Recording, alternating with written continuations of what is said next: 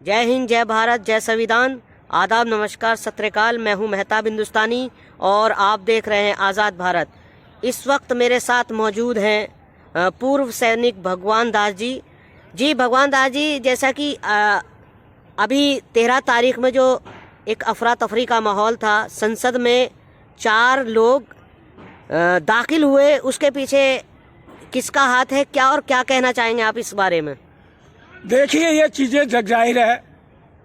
हमारे देश के अंदर लोकतंत्र से जो सरकारें चुनी जाती है, वो सरकार का अपना एक एजेंडा होता है और वो इस देश के एजेंडे से बढ़कर, इस देश के संविधान और कानून व्यवस्था से बढ़कर अपने एजेंडे पे काम करती है। क्योंकि ये चीजों का जितना हल्ला बनाया गया है, चाहे वो मीडिया के माध्यम से, चाहे खबर के माध्यम से, चाहे यूट्यूबर के माध्यम से, ये एक सोचने का विषय है कि जब भी भारतीय जनता पार्टी के दल की सरकार आई है, देश के अंदर प्लेन हाईजैक हुआ है, कारगिल हुआ है, गुजरात दंगा हुआ है, फोन टैपिंग हुआ है, पुलवामा हुआ है, मेवात हुआ है, मॉब लिंचिंग हुई है, तो भारतीय जनता पार्टी के दल की सरकार जब जब बनी है, इस तरीके की असुरक्षा के माध्यमों को अपनाया गया है और इस देश के अंदर बार बार, बहुत बार मानव जीव की हानि हुई है। मैं आपको रोकना चाहूँगा। मैं आपसे सिर्फ यही पूछना चाहता हूँ कि हमारा जो इस देश का संसद भवन है, इतनी सिक्योरिटी होने के बाद वो दाखिल कैसे हुए? और जब हमारे देश का संसद ही सुरक्षित नहीं है, तो आम जनता कैसे सुरक्षित होगी? इसके बारे में आप क्या कहना है, बताइए दर्शकों को। मैंने पहले भी कहा है कि हमारे देश के अंदर कहा जाता है कि लोकतंत्र है, प्रजातंत्र है, वोट से सरकार आती है। हाँ, आती है, लेकिन जो भी दल आता है, जो भी इस देश के अंदर राजनीतिक दल है, उनकी अपनी आइडियोलॉजी से देश चलाते हैं। वो इस देश के जो भी कानून व्यवस्था है, उस पर काम नहीं करते हैं, उस पर विश्वास नहीं करते हैं, जिसका ही एजेंडे के तहत ये पार्लियामेंट में इस तरीके का हादसा हुआ है।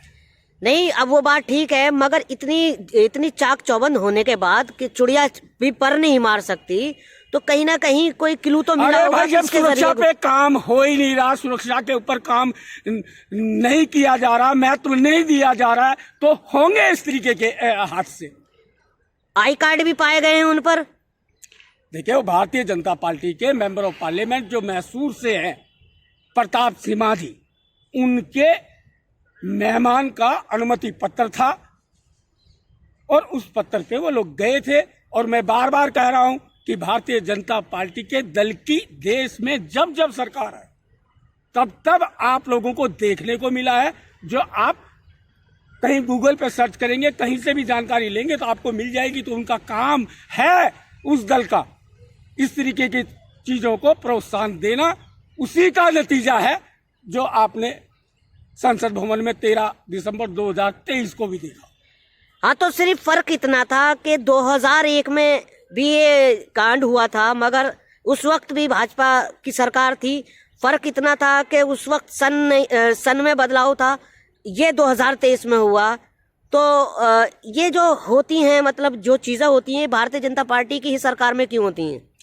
देखिए, मैंने कहा ना कि हर राजनीतिक दल का सरकार में आने के लिए एजेंडा ही अलग होता है और हमेशा जब भी चाहे लोकतंत्र से चुनाव हुआ है, उस दल का ही सरकार होती है, तो वो दल अपने एजेंडे को महत्व देता है। इस देश के कानून व्यवस्था, संविधान को महत्व नहीं देते, जिसके परिणाम स्वरूप ऐसे हादसों को देखने को मिलती है। एक सवाल और, अगर इनकी जगह कोई अलग समुदाय से होता, मुस्लिम परिवार से होता या सिख परिवार से होता, तो इस पे कोई हमारे देश की जो वो है मीडिया है, उसका भी मतलब कोई सख्त रुख नहीं आ रहा है। तो हमारे देश की मीडिया के बारे में आप क्या कहना चाहेंगे? देखिए, अगर नेशनल मीडिया जो है ऐसा होता तो ये कह सकते हैं कि उन पे एनएसए लग चुका होता, टेररिस्ट घोषित कर दिए जाते और जिस तरीके से पास इशू हुआ है भारतीय जनता पार्टी के दल के मेंबर ऑफ पार्लियामेंट का, अन्य किसी दल का होता तो उसके ऊपर भी कार्रवाई होकर अब तक जेल में होता। यानी कि आपका कहना यह है कि भेदभाव की राजनीति हमारे देश में है। बिल्कुल सत्य है, 16 आने सत्य है। चलिए, इस पे बात हो गई। अब हम बात करते हैं जिला अधिकारी जो जज है, उसने हमारे जो वरिष्ठ चीफ जस्टिस DVI चंद्रचूड़ हैं, उन्होंने उनको एक लेटर लिखा है, पत्र लिखा है कि आप मुझे मृत्यु दंड दे दीजिए।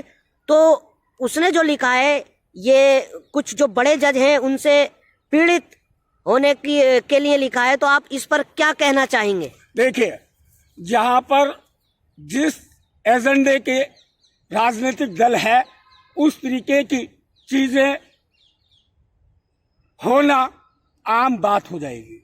चाहे वो किसी तरीके का आदमी हो, अपने पोस्ट का दुरुपयोग करेगा और दुरुपयोग करते हैं, जिसका ही परिणाम स्वरूप है कि उस महिला जज ने इतनी बड़ी मरने की अपील कर दी। इससे बड़ा क्या ये मानते हो?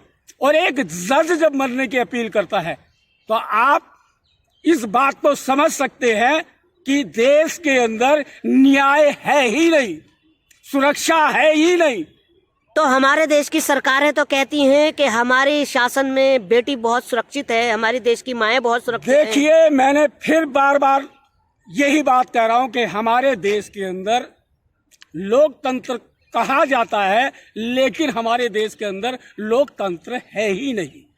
जो भी दल बहुमत में आता है, बहकावे बहलावे प्रलोभन से, वो दल आने के बाद में इस देश के संविधान, इस देश की कानून व्यवस्था पर विश्वास न रखकर अपने एजेंडे पे काम करता है। उसी एजेंडे पे काम करना के परिणाम स्वरूप आपको कहीं पे भी कोई भी न्याय की व्यवस्था कहीं पे भी देखने को नहीं मिलेगी। तो फिर कैसे सुधार आएगा इसमें? आप जरा दर्शकों को बताएं, क्योंकि आप पूर्व फौजी भी हैं, पूर्व फौजी रह चुके हैं, काफी एक्टिव हैं। मेरे दर्शकों को बताइए कि ये इसमें कैसे न्याय। जनता को प्रलोभन से उभर कर इस देश के लिए वोट करना होगा, किसी दल को नहीं। देश को वोट कीजिए और देश को वोट होगा, देश के लिए वोट को बढ़ावा मिलेगा, तभी ऐसा संभव हो पाएगा। और जब तक राजनीतिक दलों की सरकार आएंगी, इसी तरीके की अत्याचारों से प्रताड़ित पूरा देश होता रहेगा। चलिए, बहुत बहुत शुक्रिया हमसे बात करने के लिए। ये थे हमारे पूर्व फौजी भगवान दास जी, जिन्होंने अपनी बात रखी। और इस वीडियो को ज़्यादा से ज़्यादा शेयर करें। मैं हूँ मेहताब हिंदुस्तानी, बहुत बहुत धन्यवाद आपका। नीचे कमेंट बॉक्स में कमेंट करें।